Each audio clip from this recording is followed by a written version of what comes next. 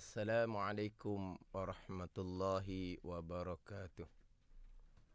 Alhamdulillahi rabbil alamin. Wassalatu wassalamu ala sayyidil mursalin wa ala alihi wa sahbihi ajma'in. Rabbi syarah li sadri wa yassir li amri wahlul 'uqdatam min lisani yafqahu qawli. Subhanaka la ilma lana illa ma 'allamtana innaka antal alimul hakim. Wala haula wala quwwata illa billahil aliyyil azim. Syukur alhamdulillah bersua kembali kita untuk minggu ini di Manis FM dalam program Talaki Safinatun Najah mengguna pakar kitab Safinatun Najah. Hari ini hari Jumaat sebagai hari ilmu di Manis FM. Setiap jam 6 petang kita akan bersama-sama menimba ilmu pengetahuan dalam soal agama. Kita juga sekarang ini bersiaran langsung di Facebook Manis FM dan anda semua boleh kongsikan live tersebut bersama yang lain. Semoga segala ilmu yang saya kongsikan dapat kita sama-sama amalkan. Dan insyaAllah untuk slot petang ini akan menyambung pembicaraan rukun iman yang ke-6, kitab Safinatun Najah, edisi yang jawinya muka surat 2 baris bawah sekali. Qala al-muallifu rahimahullahu ta'ala wa nafa'ana bi'ulumihi amin.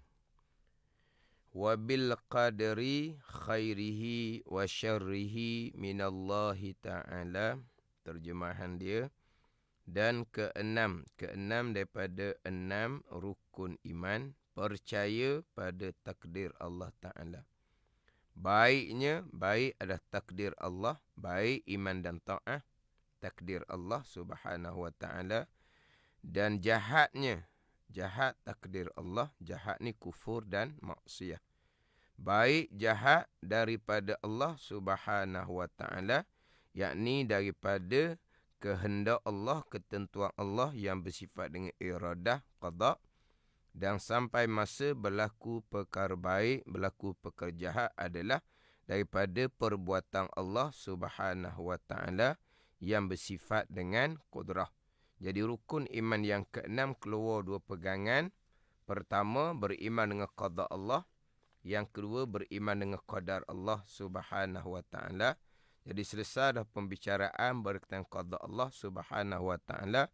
Pembicaraan sekarang adalah berkaitan dengan qadar perbuatan Allah Subhanahu wa Ta'ala yang bersifat dengan qudrah. Jadi untuk minggu ini, pembicaraan rukun iman yang ke-6 masuk kepada slot yang ke-26 dan juga slot yang ke-7 pada membicarakan berkaitan dengan qadar perbuatan Allah Subhanahu wa Ta'ala yang bersifat dengan qudrah. Sekalian perkara yang berlaku, sama ada perkara baik, perkara jahat, perkara yang berlaku di bumi, di langit, yang berlaku di dunia, di akhirah, kesemua yang berlaku adalah datang daripada perbuatan Allah Subhanahu wa Ta'ala yang bersifat dengan qudrah. Selain daripada Allah Subhanahu wa Ta'ala, iaitu makhluk Allah Subhanahu wa Ta'ala, sama ada makhluk tu para malaikat, para syaitan, jin, manusia, termasuk para anbiya alaihimussalatu wassalam, makhluk tidak ada perbuatan. Semua perbuatan yang berlaku adalah datang daripada perbuatan Allah Subhanahu wa Ta'ala yang bersifat dengan qudrah.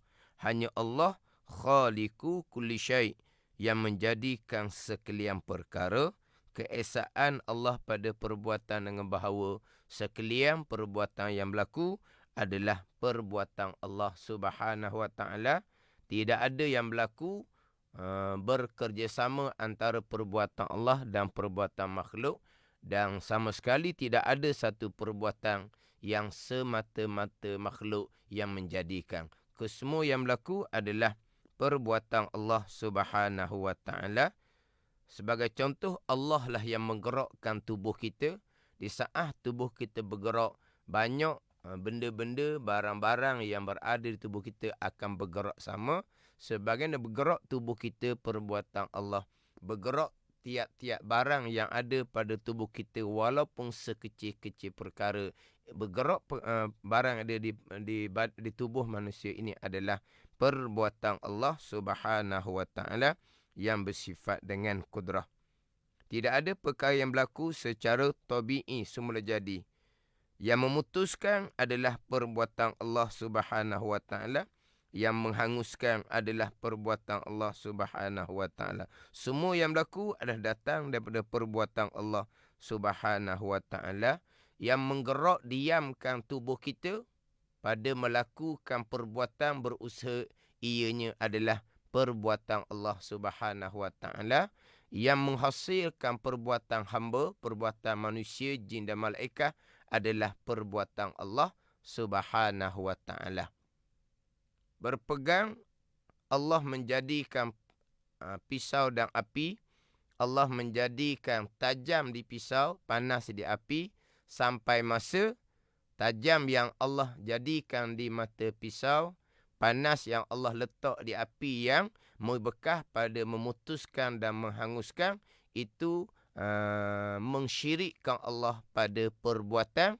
Khilaf ulama sama ada kafir pegangan tersebut ataupun pegangan yang berdosa besar, pegangan yang bid'ah pada i'tiqad, yang mana amal ibadah tidak akan diterima oleh Allah Subhanahu wa ta'ala, yang mana amal ibadah jadi debu yang bertaburan, faja'alnahu haba'an mansura, maka menjadi oleh kami akan amal mereka itu jadi debu yang bertaburan, sama sekali tidak diterima oleh Allah Subhanahu wa ta'ala. Begitu juga Allah menjadikan hamba, manusia, jin dan malaikat, Allah menjadikan kudrah, tenaga pada hamba, sampai masa tenaga itulah yang menggerakkan, yang menggerak diamkan tubuh hamba pada berusaha dan menghasilkan perbuatan hamba pun sama, mensyirikkan Allah pada perbuatan, khilaf pada kafir. Kemudian semata-mata pisau yang memutuskan, semata-mata api yang menghanguskan, yang langsung tidak berkait dengan kudrah dan iradah Allah, atau kafir ijma' ulama'. Sebagaimana semata-mata hamba, manusia, jin dan malaikat yang bergerak, yang menghasilkan perbuatan usaha hamba, yang langsung tidak ada kaitan dengan kudrah dan iradah Allah, kafir ijma' ulama'. Kita ahli sunnah wal jamaah, Allah menjadikan pisau serta dengan tajam di mata pisau. Allah menjadikan api serta panas di api. Allah menjadikan hamba, manusia, jin dan malaikat, serta Allah menjadikan kudrah, tenaga pada hamba. Sa'ah putuh tetap perbuatan Allah, sa'ah hangus tetap perbuatan Allah. Saat hamba gerak diam pada melakukan usaha perbuatan, ianya adalah perbuatan Allah. Berhasilnya perbuatan hamba, ianya adalah perbuatan Allah. Sekalian perkara yang berlaku adalah datang daripada perbuatan Allah Subhanahu wa ta'ala yang bersifat dengan kudrah. Dahulu pada ketika saya membicarakan berkaitan dengan golongan yang terpesong pada pegangan yang pertama daripada dua pegangan rukun iman yang keenam, iaitu terpesong pada qada. Qada pegangan yang pertama daripada dua pegangan pada rukun iman yang keenam. Qada yang sedang bicara sekarang adalah pegangan yang kedua daripada dua pegangan pada rukun iman yang keenam. Jadi ketika saya membicarakan berkaitan dengan golongan yang terpesong pada pembicaraan qada, ada yang terpesong Mu'tazilah yang masyhur, perkara baik Allah mengqadakkan pada azal, perkara jahat Allah tidak mengqadakkan, kufur dan maksiat tidak ada qada Allah Subhanahu wa ta'ala. Itu pegangan Mu'tazilah yang masyhur, yang mana ijma' ahli sunnah wal jamaah, perkara jahat adalah datang daripada qada dan qadar Allah Subhanahu wa ta'ala. Itu pegangan. Ada percakapan yang baik daripada Allah, yang tak baik datang daripada diri hamba sendiri. haram menyandarkan perbuatan yang tak baik kepada qada dan qadar Allah. Dari segi pegangan kita, baik dan jahat, rukun iman yang keenam datang daripada qada dan qadar Allah Subhanahu wa taala. Jadi Mu'tazilah yang masyhur menafikan perkara jahat qada Allah Subhanahu wa taala, tetapi berhasil perbuatan jahat, berlakunya perbuatan jahat, gerak diam pada perbuatan jahat, gerak diam pada melakukan perbuatan kufur, gerak diam pada melakukan perbuatan maksiat, ianya adalah qadar perbuatan Allah Subhanahu wa taala. Mu'tazilah yang masyhur hanya menafikan qada Allah pada perkara jahat. Allah tidak mengqadakkan perkara jahat, kufur dan maksiat.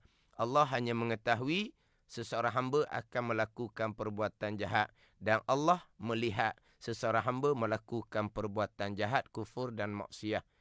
Sampai masa berlakulah perbuatan jahat, yang melakukan perbuatan jahat, yang menghasilkan perbuatan jahat, kembali kepada qadar, yakni perbuatan Allah Subhanahu wa taala yang bersifat dengan kudrah. Jadi Mu'tazilah yang masyhur, perkara jahat Allah tidak mengqadakkan, tetapi berlaku perkara jahat tetap qadar perbuatan Allah Subhanahu wa taala yang bersifat dengan kudrah. Timbul sekarang perkara jahat tidak datang dari qada Allah, dan berlaku perkara jahat pun bukan qadar perbuatan Allah Subhanahu wa taala.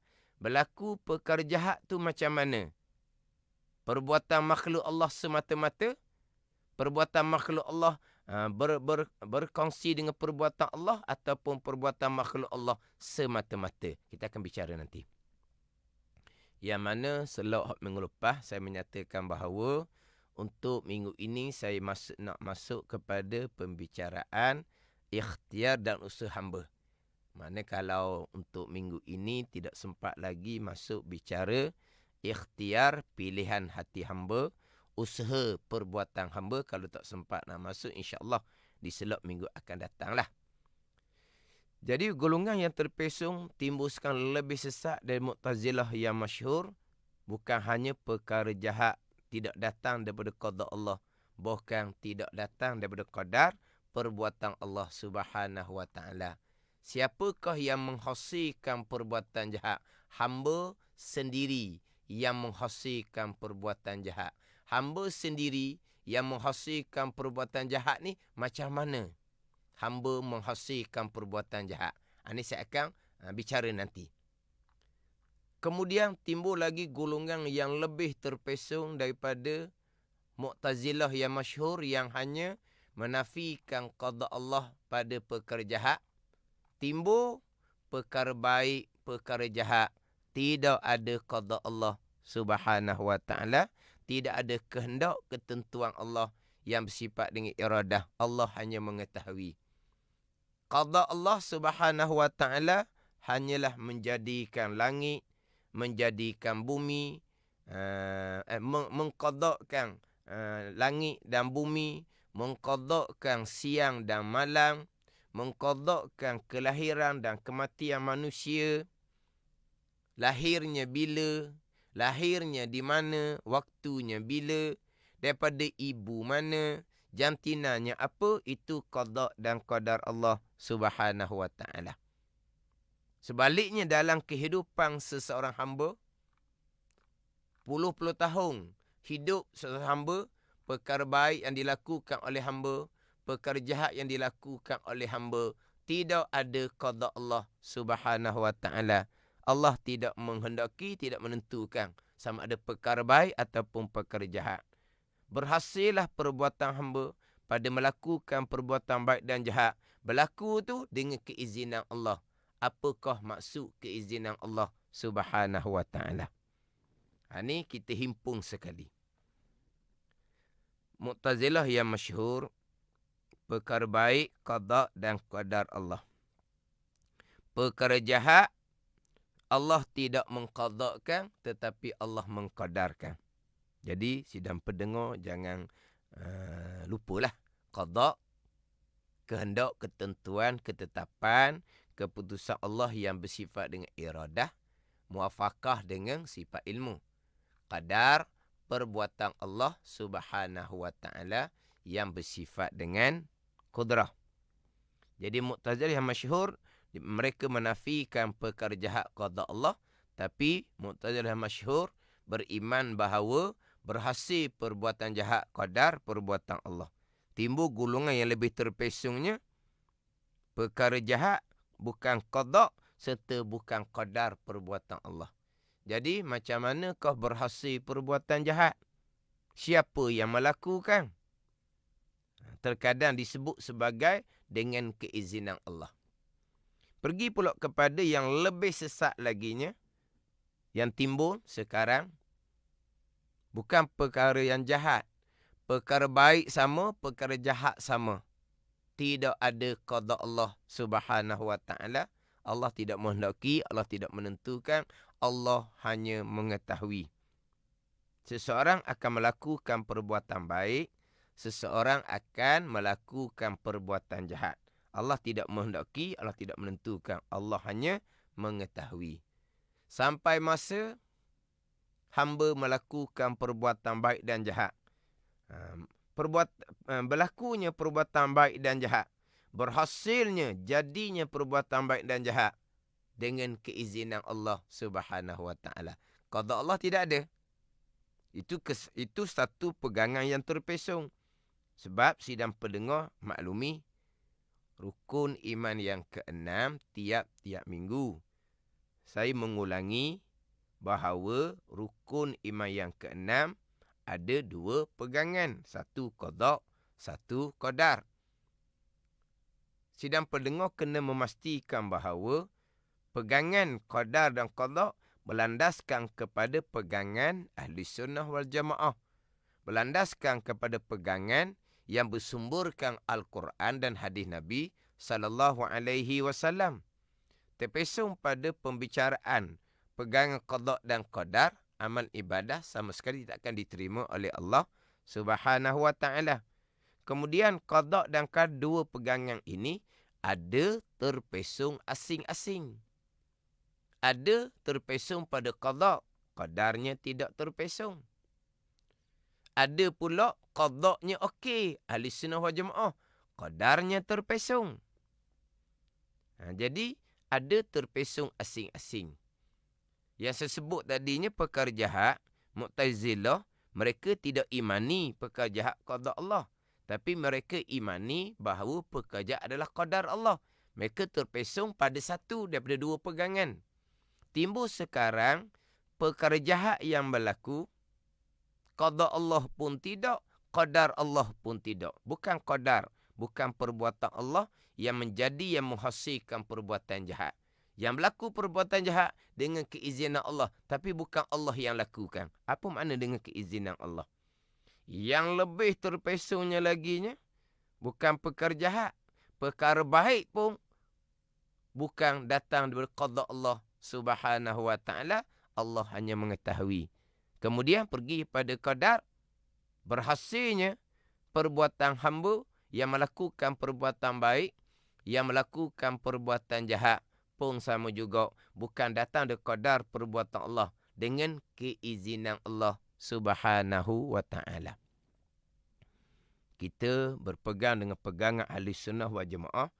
Kita menyebut juga segala yang berlaku ini adalah berlaku dengan keizinan Allah Subhanahu wa taala. Kita Ahli Sunnah pun menyebutkan bahawa berlaku ni biiznillah, dengan izin Allah. Apa makna biiznillah? Biqudratihi wa iradatihi. Biqada'illah wa qadarih. Ni kita Ahli Sunnah wal Jamaah. Dengan izin Allah, dengan makna perbuatan kudrah Allah dan kehendak iradah Allah Subhanahu wa taala. Dengan izin Allah, dengan makna qada dan qadar Allah Subhanahu wa taala. Tapi saya bicara tadi, golongan yang terpesong, mereka menyebut dengan izin Allah. Tapi bukan dengan makna perbuatan Allah yang bersifat dengan kudrah. Bukan makna kehendak Allah yang bersifat dengan iradah. Dengan izin Allah, dengan bahawa Allah mengizinkan dengan makna Allah tidak menyekat, Allah tidak menghalang. Allah tidak menyekat, Allah tidak menghalang. Tapi bukan qadar perbuatan Allah Subhanahu wa taala. Ni. Ni kena perhati molek. Yang mana sidang pendengar yang mengikuti Money FM, Radio Money FM, telak talaki Safinatun Najah maklumi bahawa pembicaraan ini ada live dalam FB. Boleh diikuti kembali, boleh di-share, boleh disimpan untuk diulangi dengar kemudian. Ambil kesempatan peluang molek untuk memastikan pegangan sendiri, pegangan mereka yang bertanggungjawab, berpegang dengan pegangan Ahli Sunnah wal Jamaah, pegangan Al-Quran dan hadis Nabi sallallahu alaihi wasallam. Ini sebagai pengajaran. Nanti saya akan sambung balik dengan izin Allah pegangan golongan terpesong. Nanti saya akan sambung balik. Cuma saya nak cerita sebagai satu pengajaran. Orang memanglah ini orang-orang yang rupa taat lah. Orang yang rupa taat. Orang yang sentiasa berjemaah. Orang rupa taat. Membicarakan berkaitan dengan Alhamdulillah dia kata. Semenjak makan satu obat tu, Alhamdulillah, dengan izin Allah sembuh. Tu. Ini percakapan yang ada sandaran. Yang pertama, mengangkatkan kepujian kepada Allah. Yang kedua, menyandarkan sembuh tadi tu kepada Allah Subhanahu wa taala. Kalau dia bercakap Allah, patutlah obat ni mahal. Yang rekomen obat ni pun bukan doktor biasa-biasa ni. Ni doktor yang pakar. Doktor yang terkemuka yang rekomen obat ni. Obat pula bukan obat murah-murah, obat mahal. Tapi lepas makan obat tu, Allah kata, macam penyakit itu macam, dia apa? Macam ambil cabuk, pakai buang gitu je. Cabuk, buang gitu je. Pada ini cakap orang kampung lah. Maknanya dia kata, lepas makan obat mahal, yang direkomenkan oleh doktor pakar tadi tu, lepas makan obat tu, penyakit itu hilang, seolah-olah nyegak, macam kita ambil penyakit genggang dengan tangan, kita pun cabuk, kita pun buang. Gitu. Maknanya jadi sungguh obat mahal yang direkomenkan oleh doktor pakar, doktor yang terkemuka tadi tu. Alhamdulillah pun tak ada. Sandar kepada Allah pun tak ada. Lepas tu macam mana? Kita jangan duduk nak tahmah pula. Itu cakapan yang tidak ada menyebut pujian kepada Allah. Tapi pegangan mereka macam mana? Mereka orang Islam. Mereka bercakap seumpama tu dipanggil bercakap isnad majazi. Nanti saya akan bicara kemudian. Ni semua saya sudah bicara berulang kali. Dipanggil isnad majazi, sandar kepada asbab obat tetapi secara majazi, letak sahaja. Pegangan segala-gala yang berlaku adalah qada dan qadar Allah. Sebab mereka orang Islam. Kalau orang bukan Islam bercakap seumpama tu, memanglah itulah pegangan mereka. Sebab mereka tidak ada Tuhan. Adapun orang Islam ni, yang ada dua kalimah syahadah, asyhadu an la ilaha illallah wa asyhadu anna Muhammadar Rasulullah, dia bercakap seumpama tu, dikatakan percakapan isnad majazi. Letak sementara kepada obat, hakiki pegangan tetap berlakunya sembuh, jadinya sembuh, penyakit macam ambil cabut buang adalah qada dan qadar Allah Subhanahu wa taala. Tapi cakap tu cakap dak sakut langsung ni. Dak letak langsung kepada Allah Subhanahu wa taala. Dak comellah cakap gitu. Ni kita balik kepada, tapi pegangan jangan kita tahmah. Jangan kita tahmah pula. Kamu ni cakap obat ni, syirik kamu, kafir kamu. Ingat baik, mensyirikkan orang yang mukmin, mengkafirkan orang mukmin, syirik kafir akan kembali kepada yang mensyirikkan, yang mengkafirkan. Tu dicakap obat, cakap asbab, tak ada salah. Tu cakap asbab. Pegangan orang, kita jangan kita nak tohmoh pula. Jangan nak tohmoh pula pegangan orang. Ini saya balik kepada cerita hok cakap comel. Alhamdulillah semenjak makan ubat ni, dengan izin Allah sembuh, dia kata. Macam Alhamdulillah pun ada. Sandau pula dengan keizinan Allah Subhanahu wa taala. Comel. Tiba-tiba dia sambung. Dia sambung. Ni. Cakap molek tapi pegangan tiba-tiba tak molek. Hok tadi cakap obat semata-mata tak sandar langsung dengan Allah Subhanahu wa taala. Insya-Allah pegangannya tetap qada dan qadar Allah Subhanahu wa taala. Hak ni hak cakap molek ni dengan izin Allah. Alhamdulillah dengan izin Allah. Sambung pula kemudian Allah mengizinkan obat menyembuhkan penyakit saya. Allah mengizinkan obat.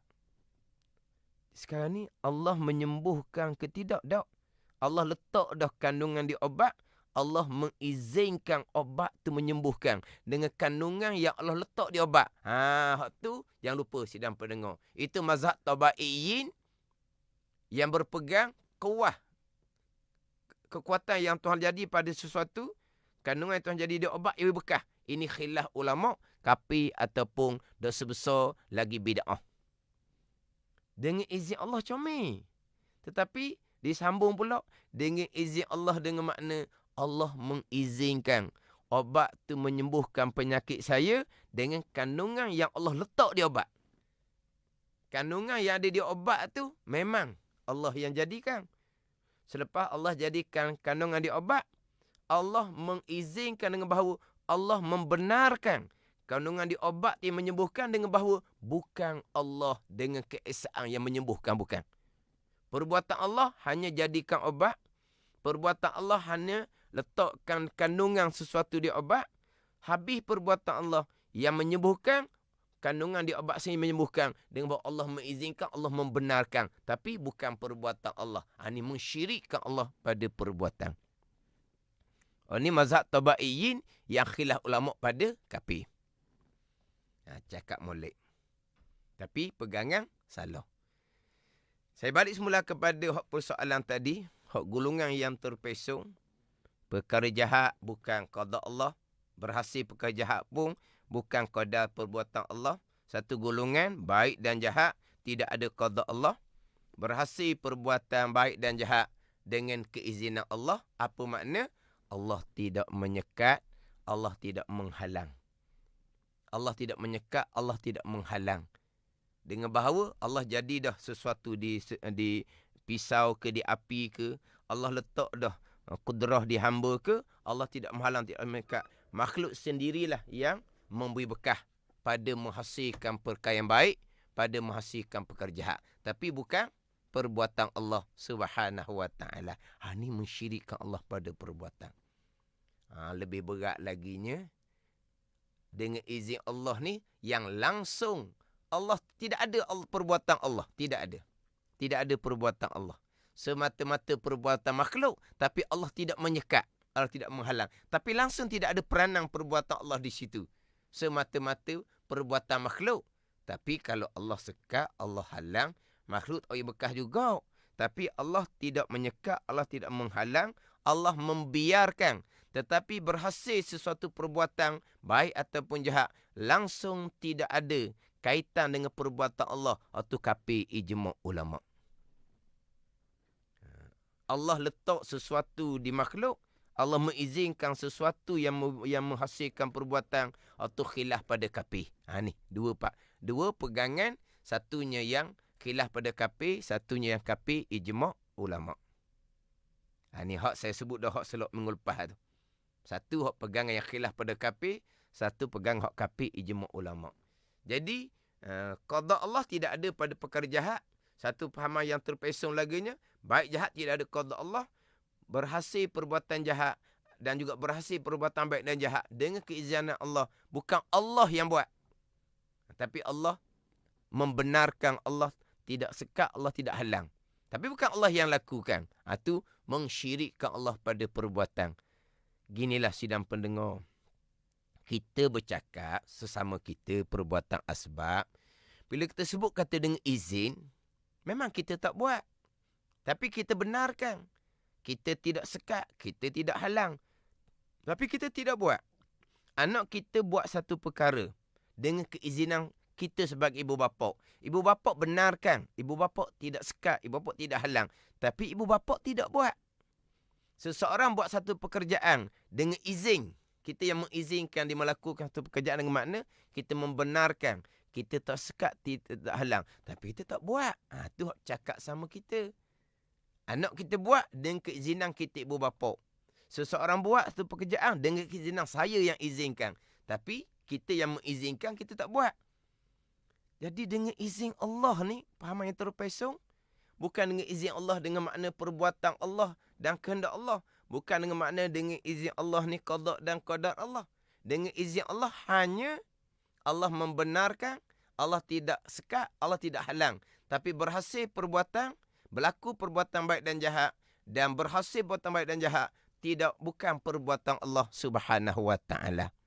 Satunya perbuatan makhluk Allah dengan kekuatan yang Tuhan letak di sesuatu, atau khilaf pada kafir. Perbuatan makhluk Allah semata-mata yang langsung tidak ada kaitan dengan kudrah dan iradah Allah, atau kafir ijma' ulama. Hak menyebut bahawa perkara jahat bukan qada Allah, berhasil perkara jahat bukan qada dan qadar Allah, berhasil perkara jahat dengan keizinan Allah, tapi bukan Allah yang lakukan. Ini satu. Yang kedua, baik dan jahat tidak ada qada Allah, dan berlaku perkara baik dan jahat dengan keizinan Allah, dengan bahawa Allah membenar, Allah mengizinkan, Allah tidak sekat, Allah tidak halang, tetapi bukan Allah yang melakukan. Ini semua contoh-contoh pegang yang terpesong yang ada dalam pengajaran-pengajaran. Jadi sedang pendengar pengajian kita dalam bab qada dan qadar ini, yang saya perici satu-satu, naik satu-satu pembicaraan, saya ulang, biarlah sama-sama kita memahami satu-satu pegangan, mantap pegangan, kita memahami satu-satu persoalan pegang bab qada dan qadar, biar sampai tahap tahqiq. Tahqiq mana apa ni? Kejak, jelas, nyata, sahih, cerak. Mari sesiapa sekalipun yang menghuraikan berkaitan qada dan qadar, yang terpesong dari pegangan yang sebenar, walaupun yang bawa datang tu bukan sebarang-sebarang orang sekalipun, orang terkemuka sekalipun, tapi apabila kita mendengar, kita boleh membezakan. Ini bukan pegangan ahli sunnah wal jamaah dalam bab qada dan qadar. Inilah pegangan yang terpesong. Kita boleh membezakan. Maknanya, lulu fardu ain kita pada pembicaraan qada dan qadar Allah Subhanahu wa taala. Kemudian golongan yang terpesong, yang saya sebut dengan nama-nama sekali, nama kita tak tahu, tapi tahulah itu pegangan terpesong, sudah cukup. Kita mengetahui itu pegangan yang terpesong. Cuba jelaskan terpesongnya macam mana. Jelaskan. Kita tak pandai nak jelaskan. Tu tak ada masalah tu. Boleh menjelaskan, boleh menghuraikan, dan boleh mematikan pengajaran akidah yang terpesong. Itu ilmu tauhid qada fardu kifayah. Tapi kalau kita tak boleh menghuraikan, kita hanya boleh membezakan dan menyatakan itu pegangan salah. Kita tak boleh nak menghurai, menjelaskan kepada anak bini kita sendiri, kaum keluarga kita sendiri. Kita hanya boleh kata yang dibicara tu salah. Kamu kata salah tu dia siapa, kamu siapa? Salah kat mana? Saya tak pandai nak beritahu, tapi salah. Makna kita hanya ada ilmu fardhu ain untuk diri sendiri, tapi kita tidak ada ilmu fardhu kifayah, yang mana kita boleh menghuraikan, kita boleh menjelaskan kepada keluarga kita untuk memastikan mereka terselamat daripada pegangan yang terpesong. Jadi untuk pembicaraan qada dan qadar, yang kita bicara bab qadar sekarang, jadi bab ikhtiar usaha tu pula. Ikhtiar usaha insya-Allah lah. Di selok minggu hadapan saya akan membicarakan berkaitan ikhtiar dan usaha, perbuatan ikhtiari hak mana, perbuatan ikhtirari hak mana. Ini satu-satu selok, satu-satu tajuk. Saya berpindah, beralih satu-satu tu secara perlahan-perlahan. Walaupun kita sekarang ni selok yang ke-26 dah sekalipun, tapi tak apalah dia jadi panjang, kerana saya ulang-ulang. Mudah-mudahan kita semua, kaum keluarga kita semua berpegang dengan akidah yang sebenar, akidah ahli sunnah wal jamaah, terpelihara kita daripada pegangan-pegangan yang terpesong. Sekian berlaku qada dan qada Allah. Walaupun kita ahli sunnah wal jamaah, wajib berpegang. Hamba ada pilihan dan perbuatan, tetapi pada hakikinya pilihan dan perbuatan hamba tetap qada dan qadar Allah Subhanahu wa ta'ala. Wallahu a'lam. Bismillahirrahmanirrahim. Alhamdulillahirabbil alamin. Wassalatu wassalamu ala sayyidil mursalin wa ala alihi wa sahbihi ajma'in. Allahumma aftah alaina futuhal arifin. Allahumma allimna ilma akdamin. Wa fahimna famas sabiqin. Warzuqna ruqat talibin. Allahumma zidna ilman wa alhiqna bis salihin. Wa sallallahu ala sayyidina Muhammadin wa ala alihi wa sahbihi wa sallam. Walhamdulillahi rabbil alamin. Wassalamu alaikum warahmatullahi wabarakatuh.